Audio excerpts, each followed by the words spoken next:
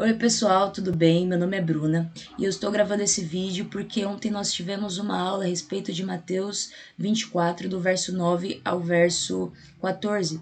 E eu fui responsável por dar essa aula e também por gravar a aula. Mas por falta de familiaridade com o aplicativo, eu acabei não gravando. Eu achei que estava gravando e não gravei. Por conta disso, eu estou gravando um resumo sobre a aula de ontem. Primeiro, para que as pessoas que não conseguiram participar possam assistir a aula e as pessoas que participaram possam revisar. E depois, para que não haja uma coluna entre a aula 2 e a aula 4. Então, vamos lá, né? Peço também desculpa a todas as pessoas que fizeram comentários. Foram comentários muito relevantes durante a aula, mas infelizmente nós perdemos esse material. É um material de estudo sobre escatologia, né? Disponível pela FAI, Frontier Alliance International, né? Do Dalton Thomas. E eu fui responsável por levar o estudo do versículo 9, Mateus 24, do versículo 9 ao versículo 14. Então, vamos ler os versículos e vamos comentar a respeito deles. São 6 versículos, mas são 6 versículos muito densos, sabe? Tem muita profundidade nesses versículos. E nós vamos ver a respeito disso. Jesus ele está falando aqui para os discípulos e ele foi questionado, né? Quando que esses sinais aconteceriam? Ele fala sobre a volta dele ali no finalzinho do capítulo 23, e ele é questionado pelos discípulos quando eles saem do templo. E os discípulos perguntam quando que isso vai acontecer. E aí Jesus ele começa falando do versículo 5 até o versículo 8, ele fala sobre o princípio das dores. O princípio das dores de parto. Então, fazendo uma alusão aqui a uma pessoa, a uma mulher que está dando à luz, o princípio das dores de parto são contrações mais espaçadas. Não quer dizer que o bebê vai nascer naquele momento, mas ela está entrando em trabalho de parto. Está no começo, então tem muito para acontecer ainda.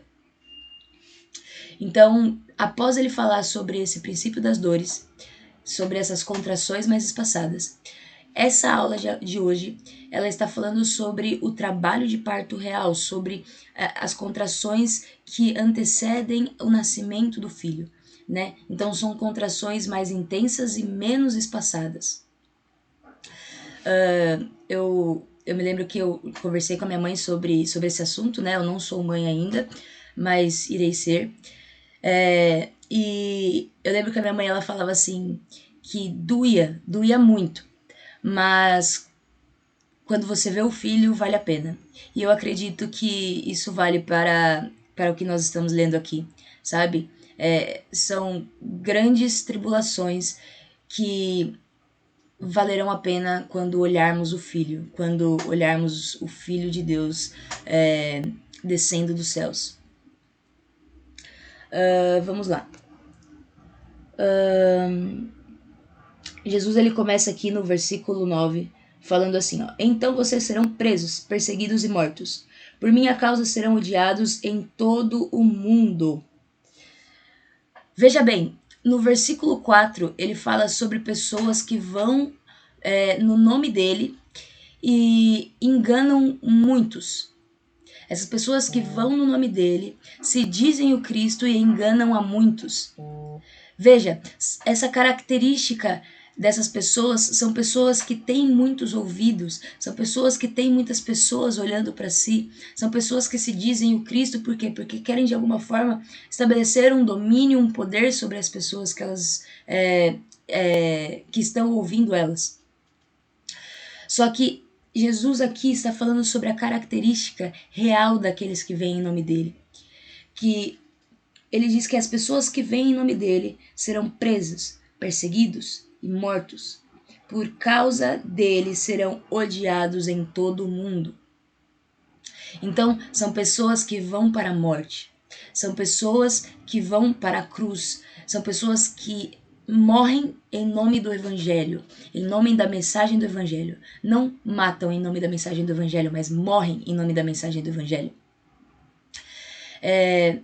Eu olho para o que o Senhor está falando aqui e eu lembro da história da igreja.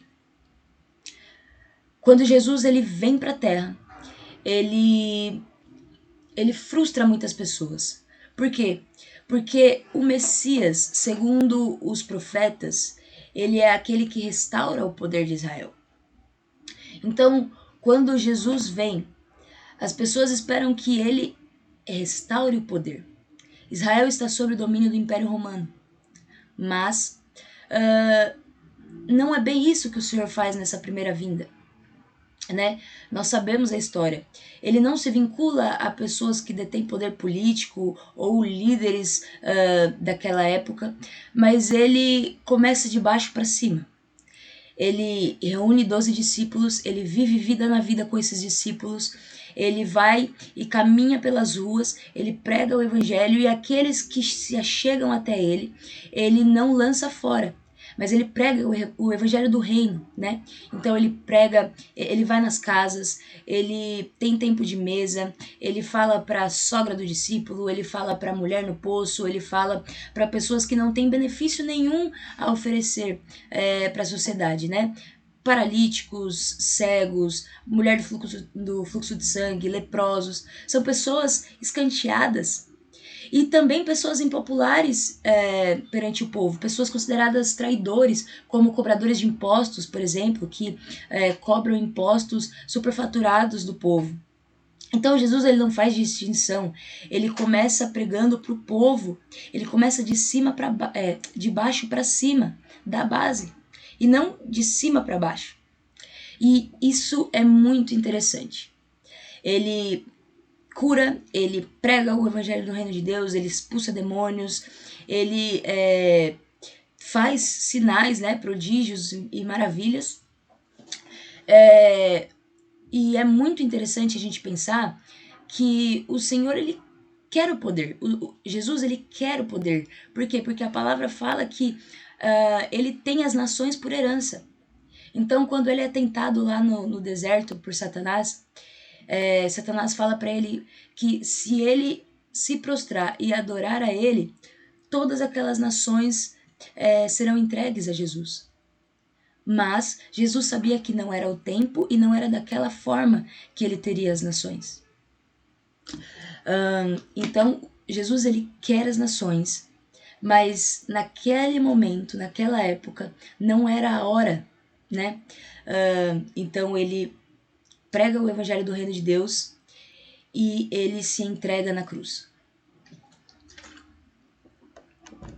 Jesus, ele se entrega na cruz e ele morre. Passam-se 3 dias, ele ressuscita e sobe aos céus. Estavam ali os apóstolos e a igreja reunidos em um lugar, em Atos, e vem o Espírito Santo de Deus e batiza aquelas pessoas com fogo. Então, eles passam a ser morada do Espírito Santo e começam a pregar o evangelho de Deus. Começam a pregar o evangelho que Jesus pregou a eles. E o Espírito Santo, através da vida deles, convence as pessoas do pecado, da justiça e do juízo, como diz a palavra, né? Ali dá-se início à Igreja Apostólica. Eu vou usar como referência um livro aqui chamado A História da Igreja Cristã, do Jesse Liman. Esse livro ele divide a igreja em 6 períodos. A igreja apostólica, a igreja perseguida, a igreja imperial, a igreja medieval, a igreja reformada e a igreja moderna. Nós vamos falar sobre os 3 ou 4 primeiros períodos da igreja bem resumidamente, sabe? Só uma pincelada, para vocês entenderem o que eu quero dizer. A igreja apostólica é a igreja que anuncia o reino. Os apóstolos eles saem e eles fazem missão para levar o evangelho do reino de Deus. E essa mensagem ela começa a incomodar os líderes da cidade, líderes religiosos daquela época. E eles começam a perseguir a igreja, né? A igreja passa a ser uma igreja perseguida. Mas, veja bem, o evangelho do Senhor, o evangelho de Jesus causa perseguição, causa ódio daqueles que não têm o evangelho, daqueles que não estão libertos, daqueles que endureceram o coração para o evangelho. Então, nós vemos ali com Estevão o início da igreja perseguida, né? Estevão morre, os discípulos, o apóstolo Paulo e tantos outros cristãos são perseguidos, são apedrejados, são mortos. Só que a igreja, ela não para, né? A igreja perseguida, ela cresce cada vez mais. Mesmo cristãos sendo mortos, mesmo cristãos sendo apedrejados, mesmo cristãos sendo perseguidos e odiados, a igreja, ela continua crescendo e é uma igreja madura, a ponto de morrer pelo evangelho, de morrer pela mensagem, assim como Cristo. Então, quanto mais pessoas morriam, mais pessoas nasciam para o evangelho e mais pessoas se tornavam maduras a ponto de morrer pelo evangelho. Então, nós vemos uma igreja muito parecida com Cristo, uma igreja que levava o evangelho, uma igreja que pregava. Tem uma mensagem, uma frase de um dos pais da igreja, não vou lembrar o nome dele, eu sempre esqueço, que ele fala assim que o sangue dos mártires é a semente do evangelho. Porque quanto mais morriam pessoas, mais nasciam pessoas para o reino de Deus. E um pouco mais para frente nós vemos que com Constantino a igreja deixa de ser perseguida e ele libera pequenos cultos. E um pouquinho mais para frente, com o imperador Teodósio, o cristianismo, que antes perseguido, agora passa a ser a religião oficial do Império Romano, o império que antes era pagão. E nós temos algumas consequências com isso. Eu anotei aqui para que vocês possam entender. São consequências ruins. A igreja, ela se alia com a política, ela se alia com pessoas que detêm o poder político. Então, as igrejas eram mantidas pelo Estado e os seus ministros privilegiados, não pagavam impostos e os julgamentos eram especiais. Iniciou-se as perseguições aos pagãos, ocorrendo assim muitas conversões falsas.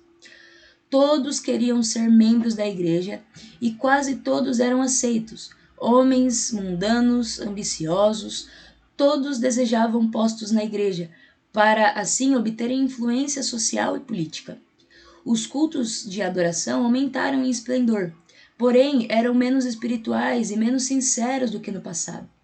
Aos poucos, as festas pagãs tiveram seus lugares na igreja, porém com outros nomes. A adoração a Vênus foi substituída pela adoração a santos, por exemplo.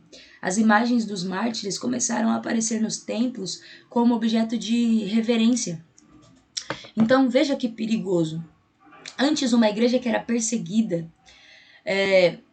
antes uma igreja que pregava o evangelho e dependia apenas do poder do Espírito, agora ela se vincula à política, a pessoas que detêm poder sobre as pessoas. E ela passa a exercer esse domínio sobre a população. Começa a perseguir aqueles que não acreditam a fé em Cristo. Começam a impor as leis, começam a impor as suas doutrinas. E isso é muito perigoso. Isso foge um pouco daquilo que Jesus deixou para a igreja. Veja, Jesus começa de baixo para cima. E a igreja, ela, neste período, ela começa a ensinar de cima para baixo.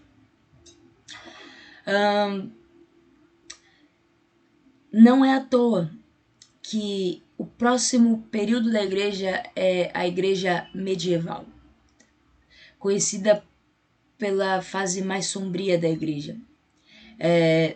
Dá-se início a esse período com a queda do Império Romano. Então, quando o Império cai, a igreja que está vinculada ao Império também cai.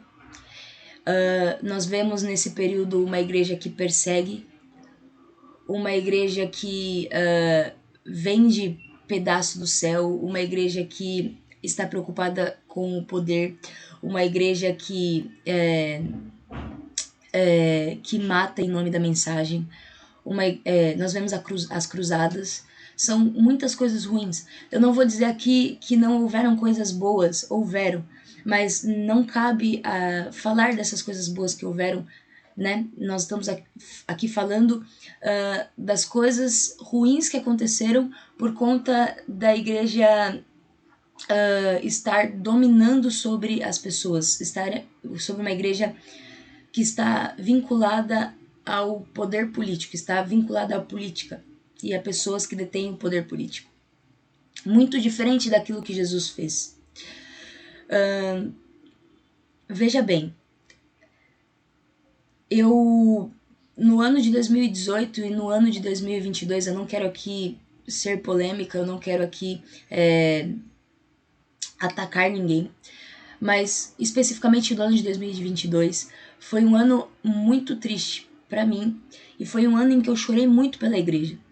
E na aula muitas pessoas também falaram sobre isso, porque a igreja ela viu uma oposição real de um lado, uma pessoa que se opunha à igreja e que essa oposição era clara, e então ela se alinha, ela se vincula com alguém que abraça uma ou duas coisas que a Bíblia ela diz ser certo, né? Então essa pessoa ela tem a mesma opinião em relação ao aborto. O aborto não deve existir, as drogas não devem ser legalizadas.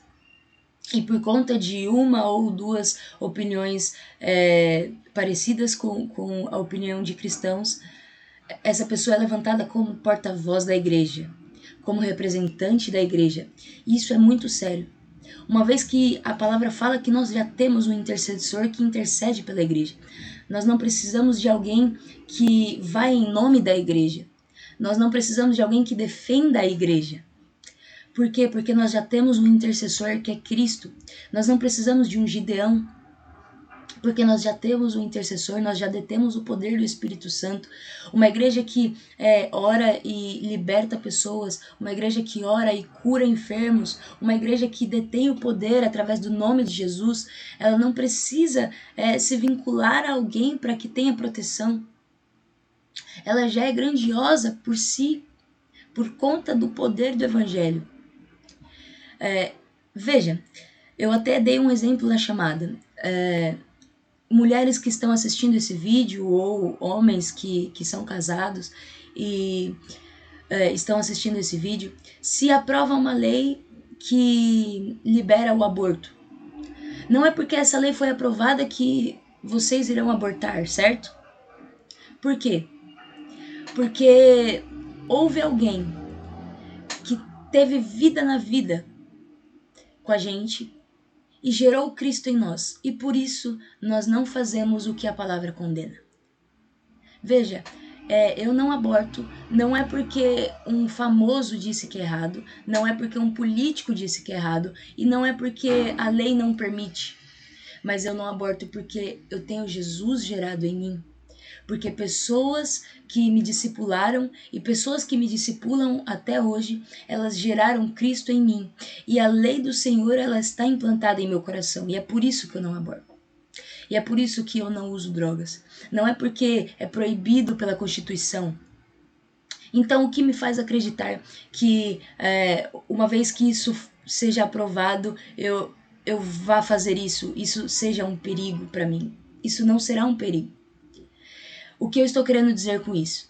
Eu estou querendo dizer que a maior influência da igreja é vida na vida, assim como Jesus fez.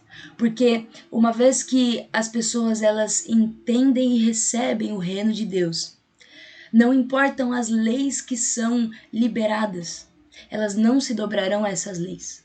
Assim como em Daniel, quando uma estátua é levantada e as pessoas são obrigadas a adorar essa estátua, Daniel ele não se curva às leis do rei. Nós vemos lá Sadraque, Mesaque e Abidnego, eles não se curvam às leis. E assim é a igreja do Senhor. Ela não se curva às leis, ela não se curva. Não importa a lei que é aprovada. E nós devemos nos importar em pregar o evangelho e gerar Cristo na vida das pessoas, porque uma vez que Cristo é gerado na vida das pessoas, não importam as leis que são aprovadas.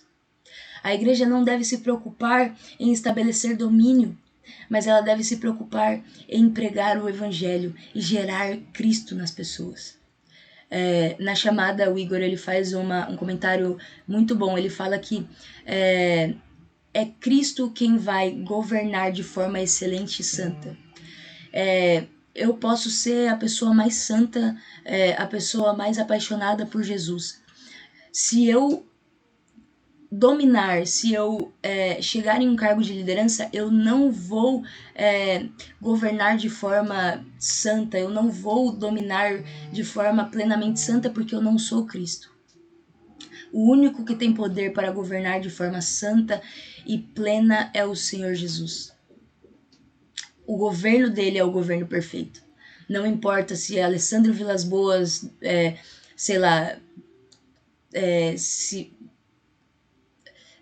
candidatar e ganhar, não importa. Veja aí grandes nomes, Fábio Coelho, Ângelo Basso, pessoas que estão mais próximas da gente, né? Essas pessoas, não importa o quanto elas sejam abençoadas, se elas chegarem ao poder hoje, elas não vão governar de forma santa e justa, porque só um tem poder para isso. Certo. Vamos dar continuidade aqui. No verso 11, Jesus ele fala que, ou melhor, no verso 10, Jesus ele fala que muitos se afastarão e trairão e odiarão uns aos outros. Muitos se afastarão de mim e trairão e odiarão uns aos outros. Veja, Jesus ele fala que se afastarão dele, ou seja, já estiveram próximos. Que trairão, ou seja, estiveram perto e passaram a trair, passaram a não concordar. Quando eu olho para esse versículo, eu me lembro de Gálatas 4. Em Gálatas 4, Paulo está falando sobre a mulher livre e a mulher escrava. Ele está falando sobre Sara, ele está falando sobre Agar. Ele fala que o filho de Sara é o filho da mulher livre, e ele fala que o filho de Agar é o filho da mulher escrava. O filho de Sara é o filho da vontade de Deus e o filho de Agar é o filho da vontade humana. E o filho da escrava persegue o filho da mulher liberta. Ele está falando aqui sobre judeus e árabes. Mas eu quero trazer essa... Eu acredito que essa mensagem ela pode ser vista de outra forma também, colocando em obras. As obras dos filhos libertos e as obras dos filhos escravos. As obras de pessoas libertas, as obras que vêm da vontade do Senhor e as obras dos filhos da mulher escrava, dos filhos que fazem por sua própria vontade. E a obra dos filhos escravos, elas perseguem as obras dos filhos da mulher liberta. Né? Assim como está falando aqui, muitos se afastarão de mim e trairão e odiarão uns aos outros. Então, eu acredito que os filhos libertos produzirão obras pelo Espírito e serão odiados, não só pelas pessoas que não conhecem a Cristo ou pelas pessoas que estão fora da igreja, mas por pessoas dentro da igreja também.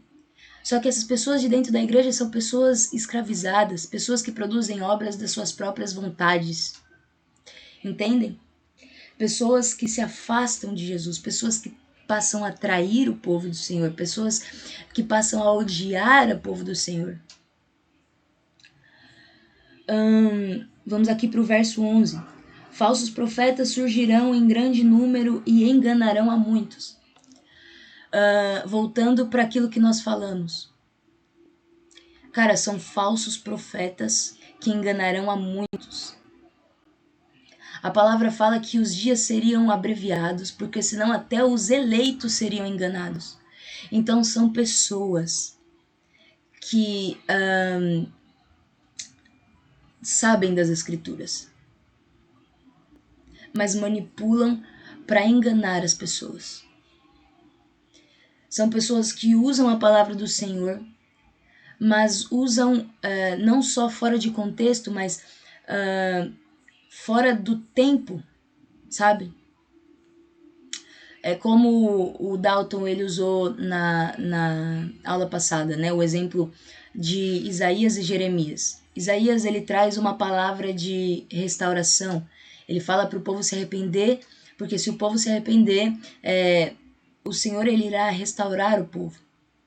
Só que passam 100 anos e vem Jeremias e começa a falar para o povo se entregar e o povo ele irá para o cativeiro e eles devem se entregar. Veja, são 100 anos de diferença entre o profeta Isaías e o profeta Jeremias. E as pessoas que não acreditavam no profeta Jeremias estavam se baseando na profecia do profeta Isaías, de que o povo ele seria restaurado. Então, veja só, é a palavra do Senhor usada fora de contexto. E existem muitas pessoas que podem e irão ser enganadas por pessoas que usam a palavra do Senhor, mas fora do tempo. Por isso que nós precisamos discernir o tempo. E nós só iremos discernir o tempo se nós lermos a palavra. Se nós lermos sobre o fim dos tempos, o que o Senhor e os profetas dizem sobre o fim dos tempos. Para não sermos enganados. Sabe, nós falamos sobre as eleições. Um candidato, ele simpatizou com algumas coisas que a palavra do Senhor, ela diz ser certa. E por causa disso, ele foi abraçado pela igreja. Isso me faz acreditar que se o anticristo ou esses falsos profetas, pessoas que têm o espírito do anticristo, forem contra o aborto e contra a legalização das drogas, a igreja vai abraçar o que eles têm a dizer. Porque elas estão olhando parte, elas não estão olhando todo, e isso é muito perigoso. Nós precisamos ler as escrituras, nós precisamos discernir os tempos. A palavra lá em 2 Timóteo 3,16, a partir do versículo 16, 17, vai falar da importância da palavra de Deus, da Bíblia, das Escrituras. A palavra vai falar que as Escrituras elas foram inspiradas pelo Espírito. E a palavra inspirado aqui não quer dizer que ela foi inspirada como alguém que se inspira para fazer uma música ou para fazer um quadro, não é isso. Mas a origem da palavra inspiração é sopro. Então o Espírito soprou sobre as pessoas para que as Escrituras elas fossem deixadas a nós. Ele continua falando que as Escrituras servem para explicar aquilo que é certo, o que é errado, o que devemos ou não fazer, como viver a vida. E vai continuar falando que o Senhor, ele deixou as Escrituras para capacitar o seu povo. Veja só, se eu não leio a palavra do Senhor, eu não sou uma pessoa capacitada. Isso não sou eu que estou dizendo, mas é o próprio Senhor. Imagina você, autor de uma obra, autor de uma história. Você coloca ali muitos segredos dentro dessa história. Coisas que acontecem no final que são ligadas ao começo e muitos segredos, muitas coisas que você está ansioso para que os leitores eles descubram. E aí quando você publica essa obra, muitas pessoas leem pela metade ou escutam falar sobre a obra e passam a falar sobre a obra. Só que eles não são capacitados para falar. Eles não sabem o que de fato está escrito, eles não sabem a história de fato, tem muita coisa que você escreveu que é necessário ter atenção. São pessoas que não estão capacitadas. E assim somos nós se não lemos a palavra. Não somos capacitados. E o Senhor, através da sua palavra, Ele nos ajuda a discernir os tempos. Eu não estou falando aqui que o Espírito Santo ele não capacita, pelo amor de Deus. Quem sou eu para limitar o Espírito? Mas eles andam juntos, a palavra do Senhor, a Bíblia e o Espírito andam juntos. Veja em Atos, quando as pessoas elas são batizadas pelo Espírito Santo. Pedro ele prega e mais de 3.000 pessoas, fora mulheres e crianças, se voltam a Cristo. Mas o que Pedro prega? Ele prega a palavra, ele prega o que aconteceu. Aquilo que ele já sabia. O que os profetas falavam e profetizavam a respeito do Messias, e por andar com Jesus, o que o próprio Jesus, o próprio Messias falava. Ele fala sobre a história, ele fala sobre o que ele sabe, e o Espírito Santo, através da vida dele, convence as pessoas. Mas ele prega sobre o que ele sabe. Nós precisamos entender da palavra do Senhor para que o Espírito Santo possa nos usar de forma plena e nós possamos ter consciência do que está por vir, dos tempos. O Dalton ele até fala sobre pregarmos a mensagem do reino e não só a mensagem do amor. E não que a mensagem do amor não seja parte da mensagem do reino, mas ela é parte e não o todo. E principalmente na grande tribulação, nós precisamos entender que nós precisamos pregar uma mensagem que produz na igreja perseverança. Vamos dar continuidade aqui no versículo 11. Falsos profetas surgirão em grande número e enganarão a muitos. A gente acabou de falar sobre ele, né? Versículo 12. O pecado aumentará e o amor de muitos esfriará. Veja, o pecado aumentará e o amor de muitos se esfriará. O que acarreta essas coisas? O que o pecado, o que tem por consequência o pecado? Ou melhor, o que o pecado produz? O pecado produz fome, escassez em uma comunidade, né, socialmente falando. Fome, escassez, guerras, muitas coisas que, por conta do pecado, acabam impactando a sociedade. E isso faz com que o amor se esfrie. Não só essas coisas, mas esses dias eu estava vendo um podcast do Rina e ele dá ele traz uma outra definição para a iniquidade, né? Algumas versões falam que por conta do aumento da iniquidade o amor de muitos se esfriará. E o Rina ele fala sobre uma dos significados da palavra iniquidade, né? Que é aqueles que se opõem à ordem natural das coisas. E que ordens são essas? As ordens do próprio Deus, as ordens estabelecidas por Deus. Então, por pessoas elas se oporem à ordem que Deus estabeleceu, o amor ele se esfria. Veja, o significado da palavra iniquidade é o caráter daquele que é contrário ao que é justo. Então, contrário ao que o Senhor determinou. Nós vemos muita ideologia sendo criada hoje, uma onda de ideologia e de ensinamentos que vão contra a palavra do Senhor. Isso tem chegado na igreja. Pessoas que relativizam o pecado, pessoas que relativizam muitas atitudes que vão contra a palavra do Senhor.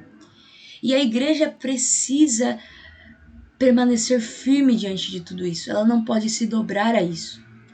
Há uma onda, assim como os tempos de Noé, a uma onda, um dilúvio de ensinamentos que vão contra a palavra do Senhor, de ideologias que vão contra a palavra do Senhor. E a igreja ela precisa permanecer fiel à palavra, permanecer firme à palavra. Senão, ela é levada por esse dilúvio. Na sequência, nós vemos aqui no versículo 13, que o Senhor ele fala, mas quem se mantiver firme até o fim será salvo. Então é exatamente isso, a igreja ela precisa permanecer firme. Cara, essa mensagem ela não me parece uma mensagem de fuga, mas uma mensagem de perseverança.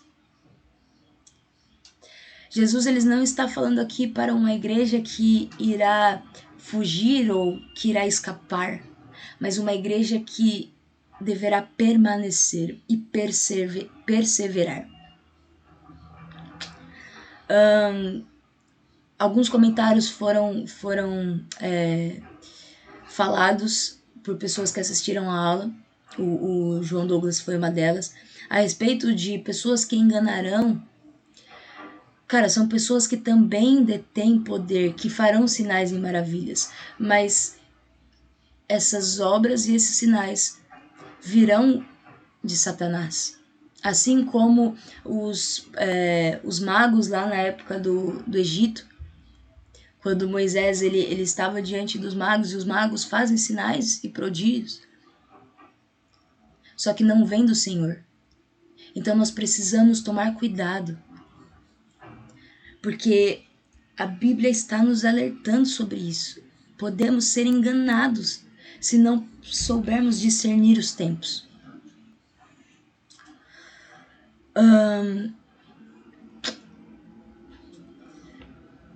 Todos os versículos no Novo Testamento que falam sobre arrebatamento, sobre o ajuntamento e a reunião dos santos, eles dão a entender que esse arrebatamento, essa junção, ela irá acontecer após a grande tribulação. Veja como exemplo aqui a partir do versículo 29 de Mateus 24. Jesus ele fala aqui, imediatamente depois da angústia daqueles dias, o sol escurecerá, a lua não dará luz, as estrelas cairão do céu e os poderes do céu serão abalados. Então, por fim, aparecerá no céu o sinal da vinda do Filho do Homem. E haverá grande lamentação entre todos os povos da terra. Eles verão o Filho do Homem vindo nas nuvens do céu, com poder e grande glória, e ele enviará seus anjos com um forte sopro de trombeta, e eles reunirão os escolhidos de todas as partes do mundo, de uma extremidade à outra do céu. Veja, é após a grande tribulação. Por fim verá o sinal do Filho do Homem descendo. Eu não vou entrar aqui em outros versículos porque nós veremos sobre ele nas próximas aulas. Mas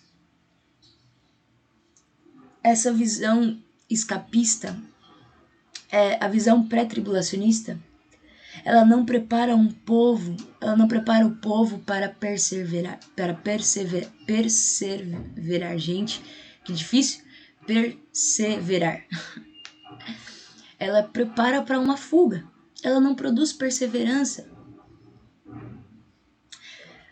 O Dalton ele traz um dado aqui, ele fala que até o ano de 1830, essa visão pré-tribulacionista não era ensinada. Ela passa a ser ensinada após 1830. E de 1830 até 2000, esse ensinamento cresceu dentro da igreja. Agora ele está começando a morrer de novo. Ele está começando a perder força.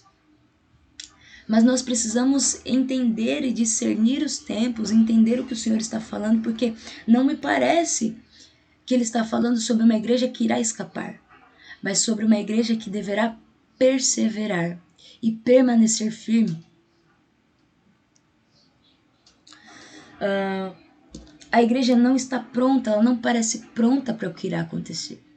Nós vemos, por exemplo, o que está acontecendo lá no Oriente Médio entre Israel e Hamas.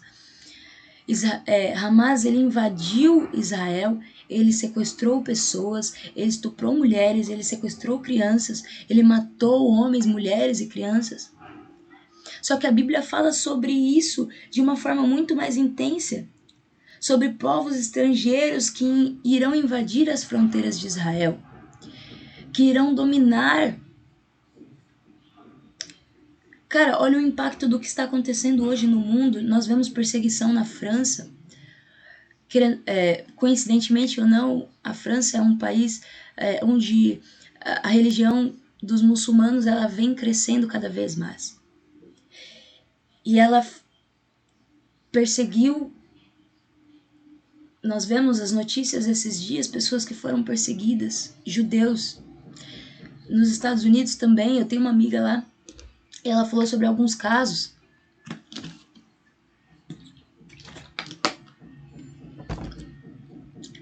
Nós podemos questionar a forma como Israel tem lidado com essas perseguições, com esses ataques, se está sendo pesado, se não está sendo pesado, mas a realidade é que se Israel ele abaixar as armas, ele será exterminado.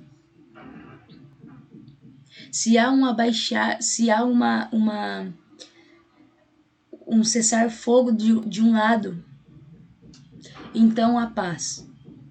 Mas se há um cessar-fogo desse lado, há extermínio e genocídio. Se os povos árabes eles aceitam a existência do Estado de Israel, então há paz. Mas não importa se o povo, se Israel, se o povo judeu aceita a existência do povo palestino ou dos povos árabes. Porque os povos árabes ainda se opõem a Israel. Dalton ele dá um exemplo também sobre Apocalipse 9. Fala que um terço da população da Terra será exterminada. Imagina o impacto disso na Terra.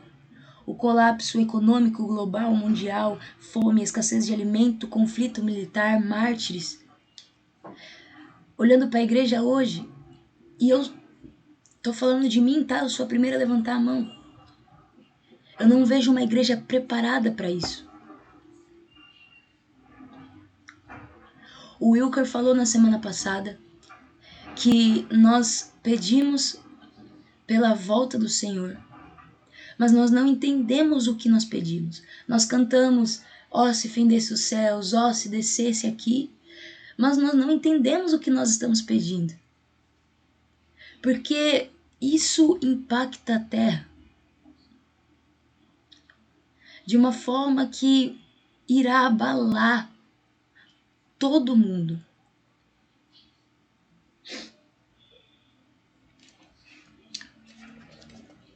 Indo aqui pro versículo 14,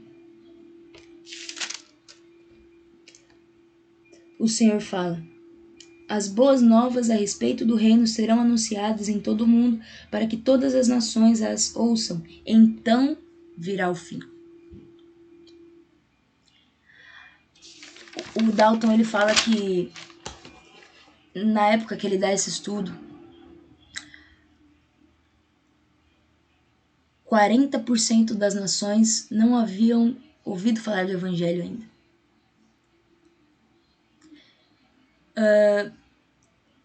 Nós temos um papel, a igreja tem um papel profético, uma voz profética, uma testemunha profética. A igreja é uma testemunha profética como os hebreus eram na época do Egito. Ele dá até um exemplo, né? Não é como se, nossa, tem um homem isolado na montanha e até que esse último homem escute o evangelho. até que alguém vai e entregue um panfleto para ele. Então os anjos que estão assistindo, eles vão falar: olha, é agora, vamos, as coisas irão acontecer. Não é bem assim. Eu até anotei. Ele fala que a crise, ela produz despertar. A crise abre portas para a mensagem sair. Então, por conta das coisas que irão acontecer, nós vemos em Apocalipse sobre a abertura dos selos e o que irá acontecer na Terra. Essas coisas elas vão produzir crise, assim como as pragas que o Senhor mandou no Egito. E o povo, ele verá o que irá acontecer. E a igreja ela tem um papel profético, ela é uma testemunha profética. Ela irá falar sobre o evangelho, preparar o caminho como João Batista preparou no tempo do Senhor. Só que agora, para a segunda vinda, para Jesus que virá e vingará todos aqueles que se oporam ao seu governo, todos aqueles que se oporam à sua mensagem.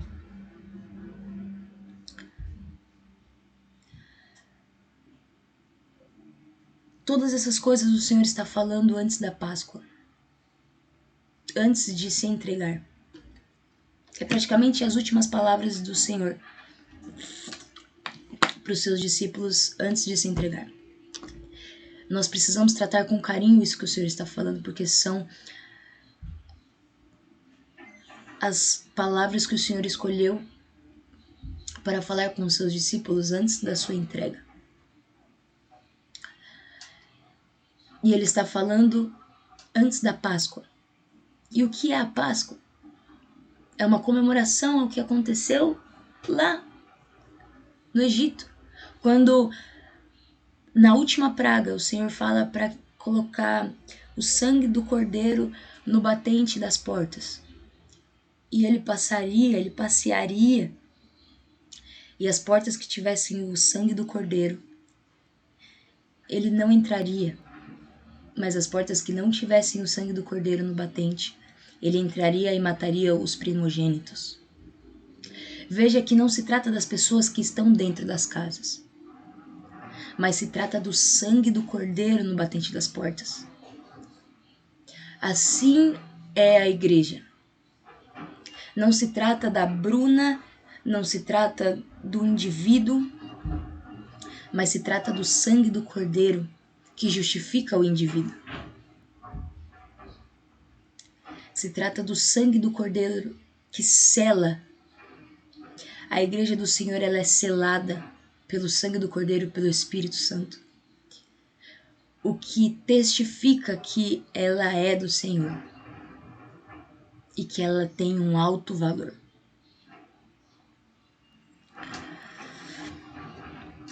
A nossa missão é proclamar o evangelho do reino. Nós temos uma missão e nós temos um motivo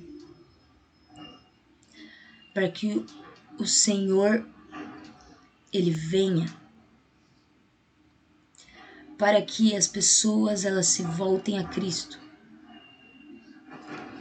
Veja, o Senhor fala: as boas novas a respeito do reino serão anunciadas em todo o mundo, para que todas as nações a ouçam, então virá o fim. Então o Filho irá nascer. Então o Filho virá. Essas coisas que foram faladas aqui, esses sinais falados aqui, são sinais do trabalho de parto. São as contrações menos espaçadas. Se do versículo 5 até o versículo 8, Jesus está falando sobre dores espaçadas, sobre o princípio das dores. Aqui do versículo 9 ao versículo 14, Jesus está falando sobre as dores que anunciam a chegada do bebê. Sobre as dores intensas, sobre as dores menos espaçadas. E ele alerta que a igreja precisa estar firme e perseverar.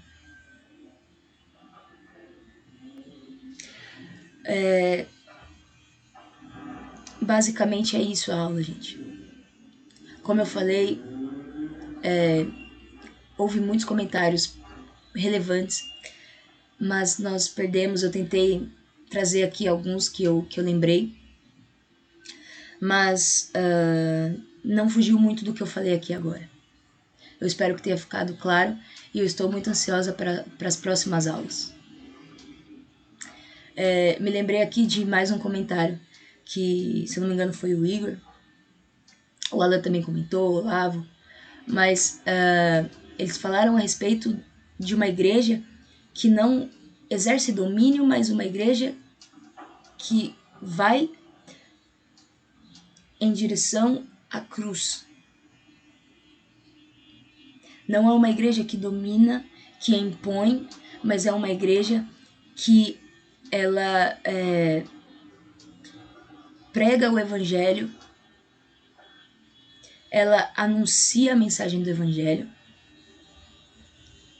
e não está preocupada com exercer poder sobre a população, porque ela sabe que quem irá exercer poder é o próprio Jesus.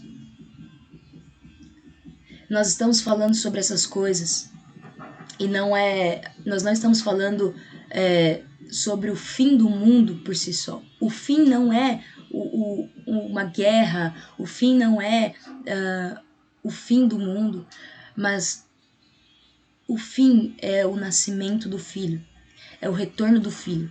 Como Jesus ele falou, e nós falamos nas primeiras aulas, isso se trata de um casamento preparado pelo Pai. O Pai está preparando o casamento do Filho com a noiva. E o Filho tem as nações por herança. E o Filho irá governar. E ao nos casarmos com o Filho, ao nos casarmos com Jesus, nós iremos governar junto com Ele. É um casamento. E Jesus está vindo para se casar com uma igreja madura. E a igreja, ela adquire maturidade através do Espírito. E não há um cenário mais ideal para que se adquira maturidade do que um cenário de crise. A igreja do Senhor, ela é mais parecida com a igreja perseguida do que a igreja imperial ou a igreja medieval. Eu trouxe aqui a história da igreja para olharmos para o passado e aprendermos com ele. Existem coisas boas que nós podemos tirar da igreja. E existem coisas ruins que nós podemos tomar como exemplo do que não fazer. Enfim, é basicamente isso, gente. Estou muito ansiosa para as próximas aulas. Espero que vocês tenham entendido e que eu possa ter sido fiel à palavra do Senhor. Um abraço e tchau.